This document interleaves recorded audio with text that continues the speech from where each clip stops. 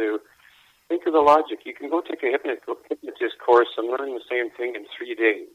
Well, why don't you go take that course and then you can, it's self-defense. And the hypnotist doesn't work that way. It's just deep relaxation. Misunderstood. Now, again, I wasn't sure about past life. In fact, men were a bit more skeptical. We like to see it more than see proof sort of thing. Well, it's just like in a sense, you can't see air, but you know air is there, don't you? You feel it when the wind blows. Yeah, it has to be there. I wouldn't be able to breathe. Exactly. So what happened is that when I took my training, it was only on hypnotherapy. That's current life. You want to use the comparison of past life and current. You learn to take people back to earlier in their childhood and why you hate your parents and all kind of crap. It doesn't work. So what happened was they had there was 24 of us. I was actually teamed up with a medical doctor. He was tired of giving people the placebo pills for their aches and pains. That was mine. Anyhow, somebody said to the teacher, maybe about past life, and he said, does anybody here want to see a past life demonstration? So 24 hands went up, yay! And he said, who wants to volunteer? 24 hands came down. It wasn't fear, just that we wanted to listen. So one of the girls, he said, we all went, you go. Finally, Hugo went up. A joke. And what happened was, it was one of the girls. And what happened was I wasn't sure, but I had my notebook on. I was making notes going, wow, interesting. He regressed her back in her mind. Her eyes are closed, just like in your mind's eye. It's easy to see mental pictures or sense them with your eyes closed, not distracted. And she saw herself as about a 10-year-old boy in the 30s in the States playing on the train tracks. And they did have electric switches back then, and the switch turned and caught the boy's foot, and unfortunately the train ran over him. So a lot of people going, ooh, and, hello, he probably came back. So I made notes. I went, wow. Then he regressed her to another life, and she, in her mind's eye, saw herself as a 42-year-old female in 1942 in London during the World War II bombing raid. And I went, wow. Just the way they describe it and stuff like that, it's like they're watching on TV. But the big thing, Gary, that got me is that the next day, she came into the classroom and she said, hey, guys, I've always wondered why I hated trains and thunder.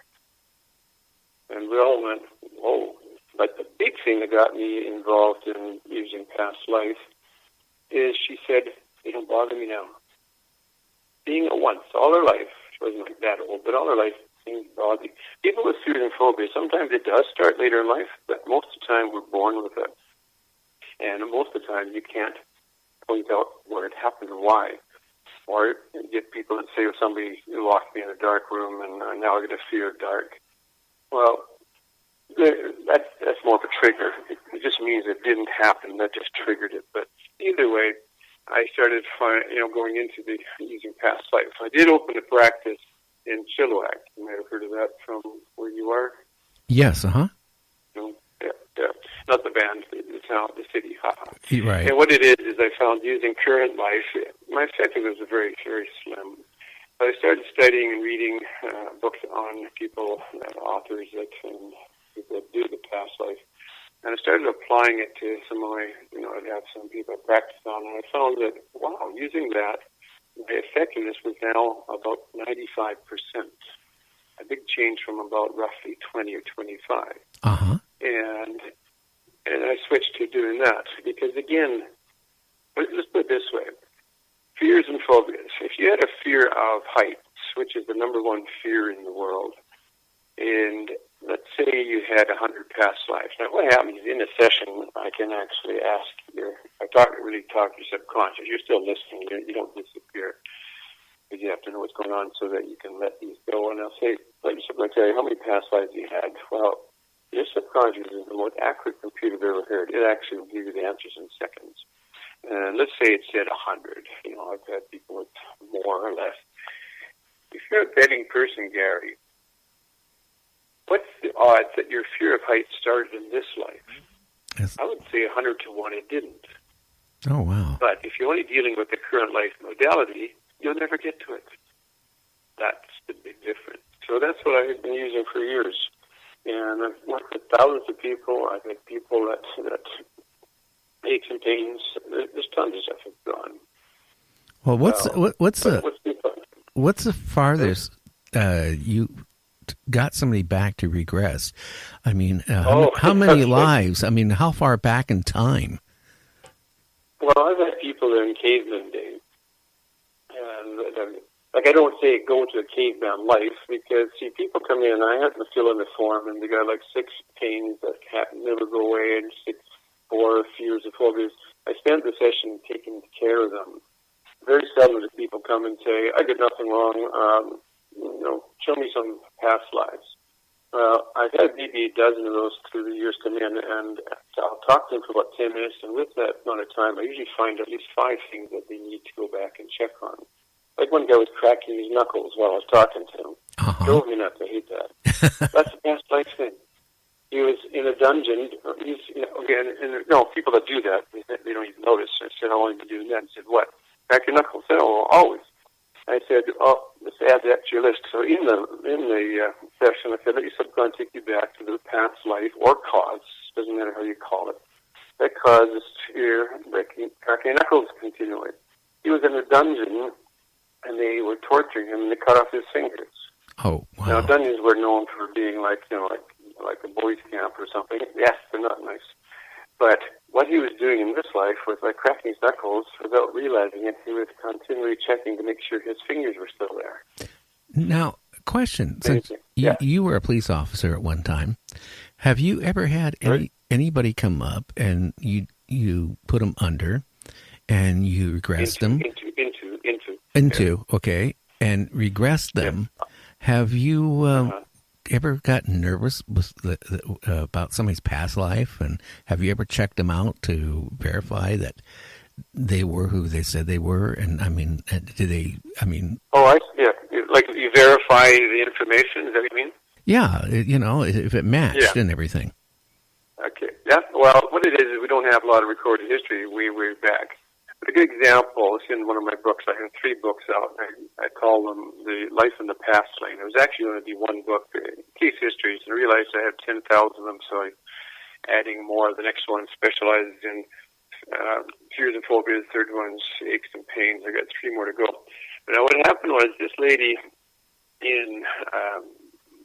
she came to see me because she had a lot of, what they call fibromyalgia. That's the only big word I bothered to learn because I work with 5 medical doctors and they laugh. And you can't when they can't verify why you have body ache or ache pain, they've done all the tests of that and they all come back negative. They just call it fibromyalgia so that you feel better that you've got something. But 2 of them come to see me more than once because they know that it's a past life or something in the subconscious, but they can't quite tell that to the client, their patients. But anyhow, she came, she had pain all over. In a nutshell, what it was is that I said, let yourself take you back. Now, this was actually just in the early 30s, so there's recorded history and pictures more than, centuries ago. And she saw herself with a guy in Australia, and he was a bar fighter, scrapper. But nobody wanted to fight him. It was a small town because he was so good. And, of course, he had lots of aches and pains because he did, get hit a lot. And the locals would get him to fight people coming in for money and bet on them and stuff like that. And, of course, he got money, too. So he did make some money from it. And as he got older, he got, in that life, he was a lot more pain. And then he decided to stay on a ranch and get married, and he wouldn't let his kids fight anything. And now, at the end of the session, I said to the lady, and what I do is I check right away. I says, now move your body around. And she did, and you can see the look on her face. She said, it stopped hurting. And that's how it works. That's how quickly, and I'll explain why in a bit. Now, what happened, though, is that she emailed me a few weeks later. She looked up, she went into the history of, nowadays you can Google anything. And what happened was she found this guy. She had the name, Googled him, and what really shocked the heck out of her is because in her mind's eye she saw it was her in that life. She saw what he looked like, and she said, "That's his picture in the archives." It was the same. So she verified that. I've had a few. Some maybe they do, but they don't get back to me. But I've had a few that verified it. You can remember the other direction too. If it wasn't quite accurate, but the point is your ache and pain goes away, does it really matter? I'm not here to, mind you, my fifth book coming out is called History, Fact, or Fiction. I've had about 16 people that have had lives on the Titanic. Oh, wow. Some of the stories they tell are not as rosy as you hear. So, is there any of it you can share? Just what they said. I mean, about the Titanic. That'd be kind of interesting to hear, if you remember. Well, one of them, like I don't have them all in front of me because I haven't got through it. But I remember one. They said there was they were on the poorer people, were way at the bottom of the ship. And one of the things that they were starting to flood, and this lady said she distinctly in that life heard the big steel doors slamming as they got locked in and drowned. And because they're trying to, keep the ship from sinking. So obviously it wasn't very nice. People disguised themselves as a female to get it because they were only putting male or female and kids on the lifeboats. And there were some that were trying to look like female to get on. There's a lot of these stories. The reason they didn't have very many lifeboats on the ship, they were far needed a lot more, was because they never figured they'd need them. Yeah. They were there just in case they were seeing another ship call for help and to go help another ship. They did not consider they needed them themselves. And there's a few other stories where hypothermia. There's a lady that actually is a relative that said her grandmother had survived the Titanic. This is like 20, 30 years ago that she died, but they said that they had a cottage on an island and she refused to go across the water to it. She would never visit it. Fear water, fear of drowning. There's a lot of things that come from it, but some of them are quite interesting. I also got about 7 people involved with Jack the Ripper, Knights Templars, even Jesus Christ time, people that, again, I'm not there. I can't verify, but the point is when I have heard dozens of people tell the same story or similar, that makes you go, Well, and another funny one is that you get people that say, oh, they're all Cleopatra. What a load of crap. I've never come across her yet. I've had about 60, 70 people that are famous or have been fairly famous, but the point is no two have been the same one. So that gives you some logic right there. That could be, not all Cleopatra type, that type of thing.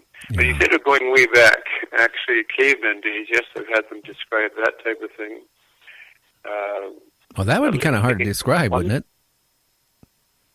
Sorry? That was a bad joke. I said it would be kind of hard to describe, caveman days because they couldn't talk. Here's the interesting thing about this is that, you see, when they take somebody back to past life or go back to past life, they actually watch. What it is those memories are in your subconscious. I just have you, when you're going to past life, when you first start off, there's no rhyme or reason. Sometimes you start off looking through the eyes of that person, sometimes you're watching. I'll know which one you're doing by a very scientific way. I just simply say, are you looking through the eyes or watching? Okay. If you look at the eyes, I say, step outside and observe yourself. So all that happens is that you're watching. So you're describing to me in English, not what they're trying to describe or how they spoke in those days. You're just watching it because that memory's in there. But the thing is, you're not there just to find out how many kids you had. Is what they made. The biggest interesting one I had was actually a woman who said she has an allergy to everything. Allergies and things like asthma, they're all past life. That's why you can't get rid of them well, or you take pills for it and it still comes back. She went back. It was a caveman day of her life, and back in the old days, the Ice Age had come and gone. And what happens is that the immunity, stuff that was melting and coming out of the Ice Age, the people that came around there didn't have any immunity to it. A good example, just on a side track to explain, is that when the people came over to America from England and all that kind of stuff, they brought smallpox with them. You might have heard of that. A lot of people don't know that half the native Indian population of North America died from smallpox. Oh, that was yeah. brought over